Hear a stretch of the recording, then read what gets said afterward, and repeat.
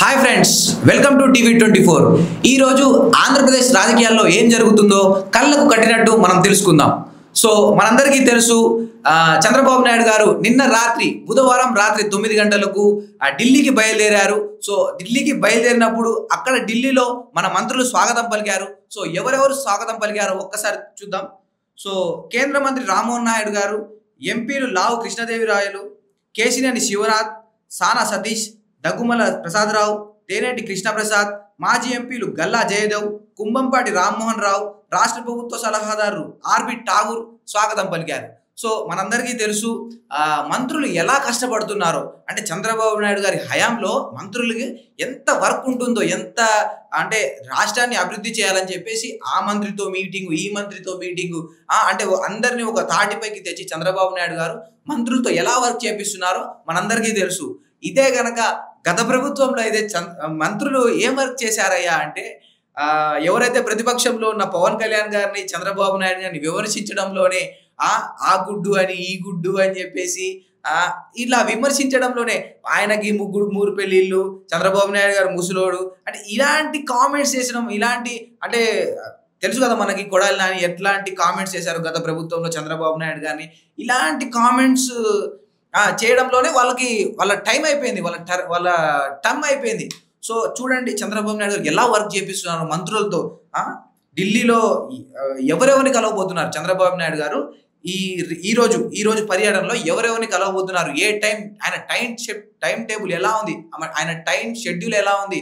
So నిజంగా ఈ time schedule చూసి నాకైతే ఆశ్చర్యం వేసింది. అంటే చంద్రబాబు నాయుడు గారు ఈ మేరకు ఇంత కసితో వర్క్ చేస్తున్నారా, ఆంధ్ర రాష్ట్రాన్ని అభివృద్ధి చేయడంలో ఇంత ఆయన కృషి ఎలా కనిపిస్తుందని మనందరం తెలుసుకోవచ్చు.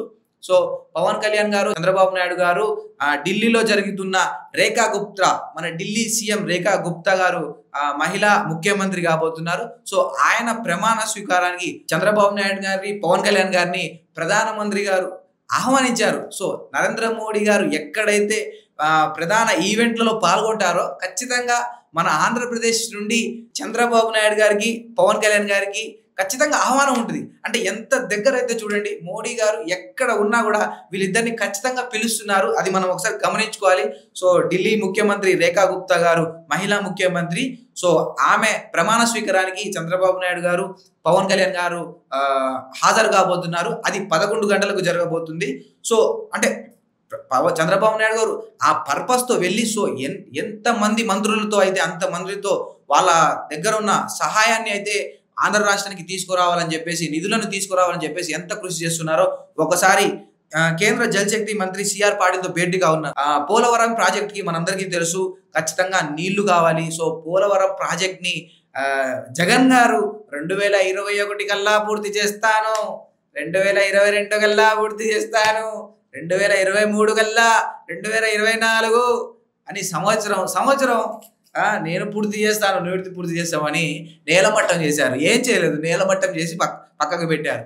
సో మనందరికీ తెలుసు, పోలవరం కంప్లీట్ చేసేది చంద్రబాబు నాయుడు గారి ప్రభుత్వం, కూటమి ప్రభుత్వం. చంద్రబాబు నాయుడు గారు, పవన్ కళ్యాణ్ గారు వీళ్ళ వల్లే పోలవరం అయితే కంప్లీట్ అయిపోతుంది. అది రాసి పెట్టుకోండి. జగన్ గారి నీడ కూడా పోలవరం మీద పడదు కూడా. అంటే మన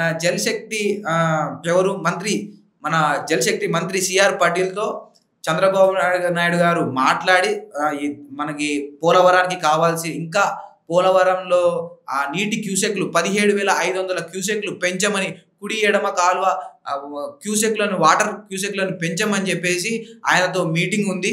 సో అది ఒకటి ఉంది. ఇంకొకటి వ్యవసాయ, మనందరికీ తెలుసు మిర్చి ఈసారి మంచిగా అంత గిట్టుబాటు ధర రాలేదు. సో మిర్చి అయితే చాలా లాస్లో ఉన్నారు ఎవరైతే మిర్చి పండించిన రైతులు ఉంటారో. సో రైతులందరూ చాలా బాధపడుతున్నారు, వాళ్ళకి గిట్టుబాటు ధర లేదు అని చెప్పేసి. ఆ సమస్యని ఒక వ్యవసాయం చేసి ఆ మిర్చికి తగిన ధర రాకపోతే ఆ వ్యవసాయం చేసిన మనిషి, ఆ వ్యవసాయదారుడు ఎంత బాధపడుతున్నారో ఆ బాధని కేంద్రంలో ఉన్న ఎవరైతే వ్యవసాయ మంత్రి ఉంటారో ఆ మంత్రికి చెప్పాలని చెప్పేసి చంద్రబాబు నాయుడు గారు ఆ సమస్యలన్నింటినీ తీసుకెళ్ళి మన ఆ కేంద్ర మంత్రికి చెప్పాలనుకొని అక్కడికి వెళ్ళి వాళ్ళతో మీటింగ్ కూడా ఓకే అయింది. సో ఈరోజు ఆ మీటింగ్ కూడా జరగబోతుంది. కొంతమంది ఉంటారు వాళ్ళ ప్రభుత్వాల్లో గిట్టుబాటు ధర తేవడం కాదు, వేరే వాళ్ళ ప్రభుత్వాల్లోకి వెళ్ళి ఇక్కడ పోయి నానా హంగామా. నిజంగా జగన్ గారు నిన్ననే అదే మిర్చి మార్కెట్లో పోయి అక్కడ ఉండలేక, అంటే వెళ్ళాలి చంద్రబాబు నాయుడు గారిని నెగిటివ్ చేయాలని చెప్పి వెళ్ళి అక్కడ చిమ్ములు దగ్గులు ఉండలేకపోయారు. అయితే అలా ఉంది పరిస్థితి. అంటే ఏదో మాట వరుసగా వెళ్ళాలి, వాళ్ళ ప్రభుత్వాన్ని బ్లేమ్ చేయాలి. ఎవరైతే వర్క్ చేస్తున్నారో, ఎవరైతే పని చేస్తున్నారో ఆ ప్రభుత్వాన్ని గుంజాలి, ఆ ప్రభుత్వాన్ని ఇక్కడ చూపియాలి. ఇక్కడ సరౌండింగ్లో వాళ్ళు ఏం పని చేయట్లేదని చూపియాలని చెప్పేసి ఇక్కడికి వెళ్ళి చిమ్ములు దగ్గులు అనుకున్నారు, బయటకు వచ్చి అనవసరంగా పోయినరా బాబు, వామ్మో జ్వరం వచ్చేటట్టుంది అని. అంటే అలాంటి పరిస్థితి. అక్కడ ఎవరైతే మంత్రుల్ని కలవాలో అక్కడ వాళ్ళ దగ్గర టైం తీసుకొని వాళ్ళ మీటింగ్ ఇచ్చి ఏం వర్క్ ఇక్కడ ఇట్లా ఉంది పరిస్థితి, మాకు నిధులు కావాలి, సహాయం కావాలి అని చెప్పేసి ఖచ్చితంగా చంద్రబాబు నాయుడు గారు తెస్తారు. గిట్టుబాటు ధర తెస్తారు. వాళ్ళకి టైం ఇవ్వాలి. ఇప్పుడు ఇంకా 5 years ఉంది. 1 yearలోనే చూడండి ఎలాంటి మంత్రులు కలిసి ఆంధ్రప్రదేశ్కి ఎలాంటి పోలవరం ప్రాజెక్టుకి 14,000 కోట్లు వచ్చాయి. జగన్ గారి ప్రభుత్వంలో వచ్చాయా 14,000 కోట్లు? అది ఇప్పుడు 17,500 క్యూసెక్ల ఆ ప్రవాహాన్ని పెంచమని, నీటిని పెంచమని చెప్పేసి మళ్ళీ కలవడం జరిగింది. నిజంగా అంటే ఇంత డెడికేషన్. మళ్ళీ ఇప్పుడు ఈరోజు రాత్రి అమిత్ షా గారితో మీటింగ్ ఉంది. అమిత్ షా గారితో భేటీగా ఉన్నారు. అంటే ఆంధ్రప్రదేశ్ రాష్ట్రాన్ని అభివృద్ధి చేయాలి అన్న ఒక కసి చంద్రబాబు నాయుడులో కనిపిస్తుందని మనందరికీ అర్థమవుతుంది. జలశక్తి మంత్రిని, వ్యవసాయ శాఖ మంత్రిని, అమిత్ షా గారిని, అటు ఢిల్లీతో ఎవరైతే బీజేపీ ప్రభుత్వంలో ఉన్న రేఖా గుప్తా గారిని, టైం చూడండి, అసలు టైం షెడ్యూల్ చూడండి ఎంత కష్టపడుతున్నారో. అది చంద్రబాబు నాయుడు గారు, పవన్ కళ్యాణ్ గారు, కూటమి ప్రభుత్వం మనం ఒక పని, అంటే గత ప్రభుత్వంలో ఒక మంచి పని చేయలేదు, కానీ ఈ ప్రభుత్వంలో ఒక మంచి పని చేశాం. సో ఖచ్చితంగా ఆంధ్రప్రదేశ్ అభివృద్ధి వీళ్ళతో సాధ్యమవుతుందని మనందరం అనుకుందాం. సో ఖచ్చితంగా నెరవేరుస్తారు. మన నమ్మకాన్ని వాళ్ళు ఖచ్చితంగా నెరవేరుస్తారని అనుకుందాం. Thank you.